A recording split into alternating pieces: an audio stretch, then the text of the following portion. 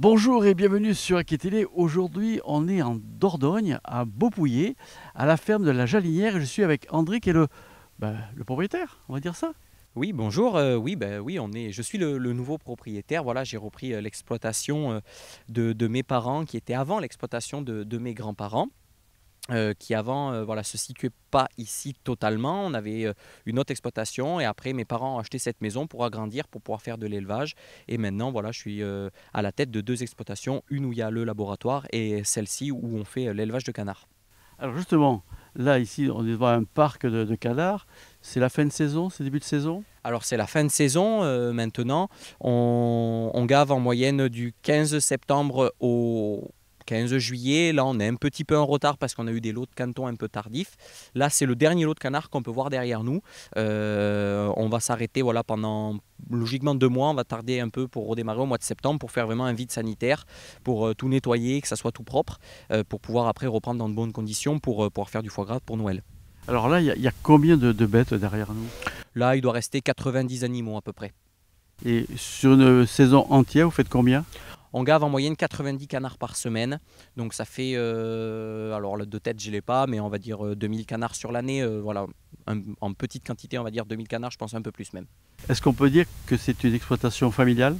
Ah, c'est 100% une exploitation familiale. Pour raconter un peu, voilà, ma grand-mère a démarré à gaver dans les années 1968 à peu près, pour une consommation personnelle. Elle a commencé à vendre on va dire, canard dans les années 1971 pour, entre guillemets, on va dire, arrondir les fins de mois. À l'époque, ils élevaient que des vaches. Et puis un jour, ma grand-mère a rentré dans les comptes et elle a dit oui, bon, les canards, ça rapporte un peu plus. Donc, ils se sont mis à faire du canard. Et puis, de fil en aiguille, les clients sont arrivés à droite, à gauche et ça a perduré. Ils sont partis à la retraite. Ma mère a repris avec mon papa. Voilà, ma maman est encore avec moi. Mon papa est parti. Et maintenant, voilà, je reprends et je suis la troisième génération à reprendre cette exploitation familiale.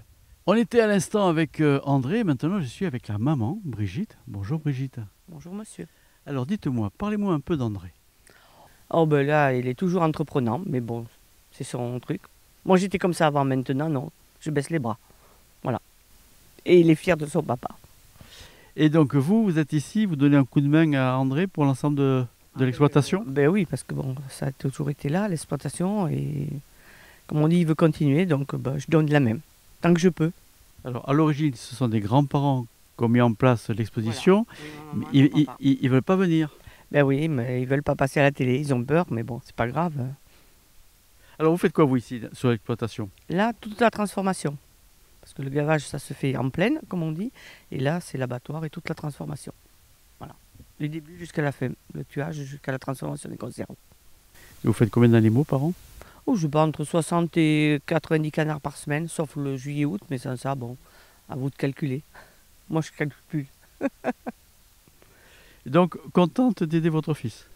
Oui, je suis contente, des fois ça fait beaucoup de travail, mais bon, je suis pas à la retraite encore. Il nous écoute pas là. Oui. Quelles sont ses qualités, ses défauts?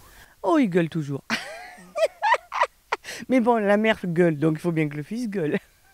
On va le retrouver, d'accord? Oui, bien sûr, vous allez le Est-ce retrouver. qu'on peut dire que c'est une exploitation bio? Alors bio, non, raisonné, oui. On utilise très peu de produits pesticides. Voilà, notre éthique, c'est d'en mettre le moins possible. Malheureusement, avec toutes les maladies qu'il peut avoir dans toute l'atmosphère, si on n'a pas de culture sans pesticides, malheureusement, ça ne fonctionnera pas. Il faut vraiment raisonner les pesticides, raisonner l'engrais, mais on est obligé de le mettre un petit peu, sinon on n'aurait pas de récolte assez conséquente pour nourrir l'élevage. Alors, il y a souvent des épisodes de grippe aviaire. Comment ça se gère?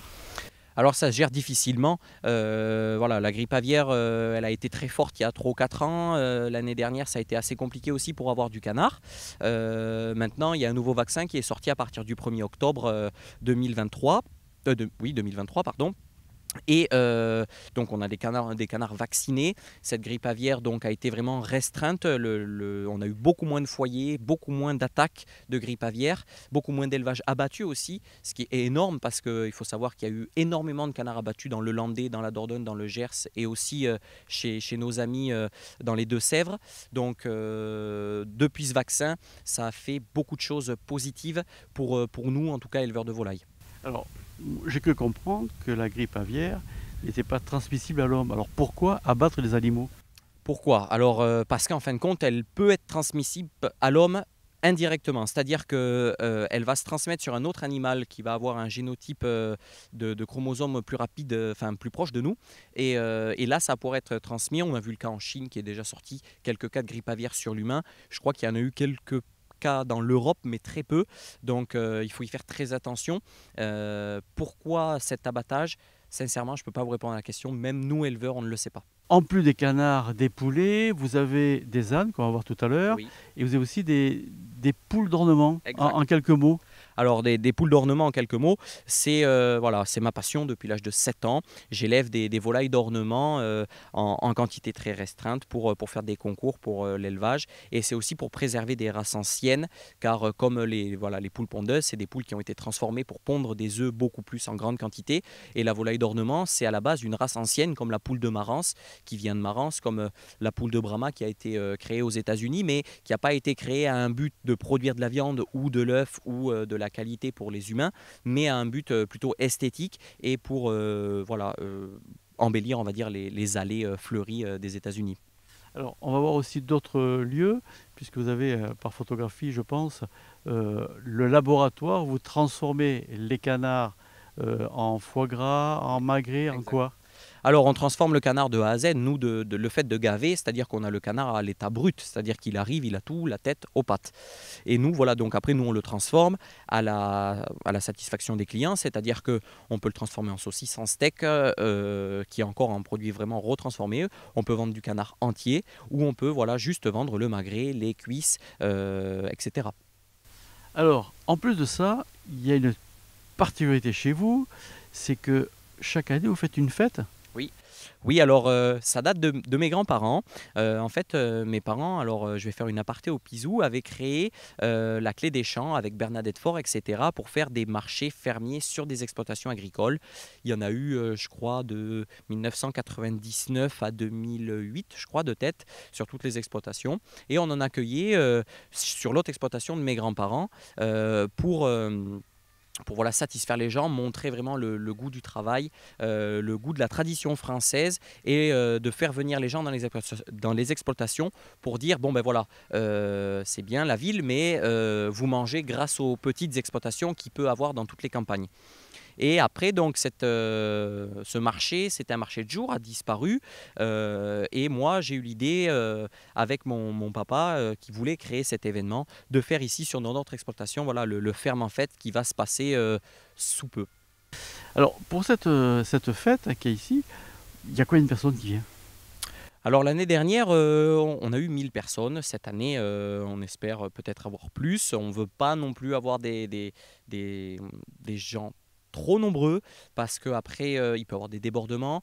Nous, on veut vraiment que ça reste en comité restreint. On va dire que 90% des gens qui viennent, ce sont des clients à nous qui nous connaissent nos produits, qui nous suivent sur les marchés de jour et voilà, qui viennent visiter l'exploitation, passer un bon moment autour de chanteurs, de DJ, d'un feu d'artifice, d'animation pour les enfants et bien sûr de produits 100% de la ferme, car il n'y a que nous qui faisons à manger. Voilà, et on va proposer tous nos plats sur le cochon, sur le canard, sur le poulet pour satisfaire toutes les papilles gustatives. On aura quoi ce soir? Ce soir, il y aura du magret, il y aura du confit, il y aura une paella périgourdine, il y aura des nuggets de poulet, il y aura du jambon braisé, il va avoir quoi d'autre? Des crêpes bien sûr qu'on élève parce qu'on fait des œufs, donc avec des bonnes crêpes, vraiment avec des bons œufs. Il va avoir les glaces de Javersac aussi. Alors c'est pas nos produits parce qu'on fait pas de glace, mais voilà, on fait vraiment travailler une exploitation pour dire voilà, c'est vraiment 100% fermier. Après, il va avoir des lasagnes au magret de canard, voilà, des saucisses, des steaks, voilà, il va y avoir vraiment de tout pour tout le monde. Comment ça se passe? C'est gratuit? C'est payant? Alors l'entrée est totalement gratuite, les concerts sont gratuits, le feu d'artifice est gratuit. Les seules deux choses qui sont payantes, c'est les boissons, la buvette et la restauration sur place. André, vous parlez des marchés de jour, mais vous êtes aussi sur des marchés nocturnes? Oui, alors on est aussi sur des marchés nocturnes pour satisfaire les papilles de nos clients. Donc ça, c'est mes parents qui ont créé ça, de voilà, faire transformer nos produits pour directement à la consommation de la personne sans même qu'il passe à le faire cuire. C'est nous qu'on fait tout. On peut se retrouver le mardi au Pizou, le mercredi soir à Saint-Laurent-des-Hommes. On est le jeudi à Ménesplé. Et le vendredi à Villefranche-de-Lonchat, et après on va dire voilà, le samedi, le dimanche on dort, et le samedi on est voilà, dans tous les petits marchés de communes aux alentours, voilà, comme Beaupouillet, comme Fraisse, comme Issac, etc. Et bien sûr on fait quelques grandes foires aussi pour voilà, faire plaisir aux gens, autres que la Dordogne, pour se faire connaître et pour faire valoir le Périgord et nos canards. Vous faites des salons aussi? On fait quelques salons, oui, ça nous arrive. C'est un projet qu'on veut développer, de faire un salon par mois. Voilà, on fait la foire de Périgueux, la foire de Bergerac. Voilà, maintenant, alors la foire de Périgueux-Bergerac, on ne le fait pas avec les canards encore, on le fait avec les volailles d'ornement. Et j'espère un jour le faire avec les canards pour faire de la dégustation. Après, voilà, on va essayer de faire d'autres foires aux alentours pour pouvoir faire déguster et faire valoir nos produits. Alors pendant tout cet entretien, vous faites allusion à votre papa, à votre maman, à votre grand-mère. Ils sont chers à votre cœur, j'imagine. Alors oui, bien sûr, pour moi c'est un grand honneur de reprendre cette exploitation familiale parce que mes grands-parents et mes parents, je vais parler d'abord de mes grands-parents, ils se sont donnés vraiment cœur et âme pour démarrer un élevage. C'est vrai qu'au début ça a été compliqué parce que voilà, ils n'avaient pas les moyens autant que nous on a pour travailler. Voilà, il fallait se lever très tôt, il fallait porter les seaux, il fallait faire vraiment beaucoup de choses. Et c'est vrai que reprendre pour essayer de les satisfaire et dire voilà, on fait évoluer ce que vous avez créé, parce que vraiment c'est leur exploitation, c'est eux qui l'ont créé, c'est vraiment un grand honneur pour moi. Bien sûr, mes parents, c'est pareil. Voilà, ma mère est encore avec moi, travaille encore avec moi. Elle est en ce moment même en train de préparer pour la ferme en fête. Mais voilà, c'est pareil, c'est une battante. Elle travaille corps et âme. Elle fait 4h30 du matin jusqu'à 22h le soir pour rembaucher après. Voilà, elle a travaillé énormément toute sa vie pour satisfaire ses clients, pour se donner à fond, pour faire vraiment plaisir et faire valoir ce que nos grands-parents avaient créé. Et même moi, voilà, c'est vraiment un grand honneur de reprendre. Alors, si on veut venir vous voir, comment on fait pour vous contacter? Pour nous contacter, bon voilà, c'est très simple. On a une page Facebook, on est en cours d'avoir un site internet. Voilà, il suffit d'aller sur la page Facebook, de taper élevage du Dreuil, et voilà, toutes les données sont marquées pour nous voir sur les marchés de jour, les marchés de nuit, nos contacts, nous appeler, on vous envoie les tarifs, venir nous voir sur l'exploitation ou sur les marchés. C'est tout à fait possible. Le mieux, c'est de prendre rendez-vous sur l'exploitation parce qu'on n'est pas tout le temps là. Et d'ici peu, j'y devrais avoir une boutique. Je glisse un petit indice, il devrait avoir une boutique sur l'exploitation qui serait ouverte tous les jours pour voilà, satisfaire tout le monde. Voilà, donc on a fait un petit moment ici à la ferme avec André. Si vous souhaitez le rencontrer, pas de problème. En bas de l'écran, vous avez plein de petites coordonnées qui s'affichent. Vous appelez, vous prenez rendez-vous, vous venez. Et moi, je vous dis à très bientôt sur Aki Télé. Merci André. Merci.